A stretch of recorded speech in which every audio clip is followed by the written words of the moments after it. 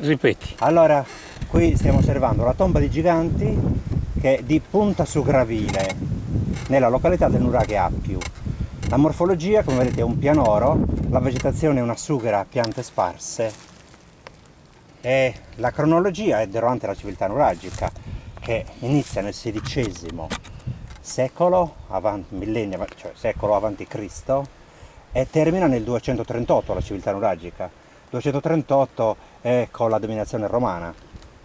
Orientamento del monumento è est-ovest, Ignimbritte è il materiale, la tecnica subquadrata, lo stato di conservazione è discreto, anche se manca soprattutto la parte più monumentale, che sarebbe dovuta esserci appunto la stele scolpita, che avrebbe dovuto contenere all'ingresso della stele la porticina, il passaggio per entrare nel corridoio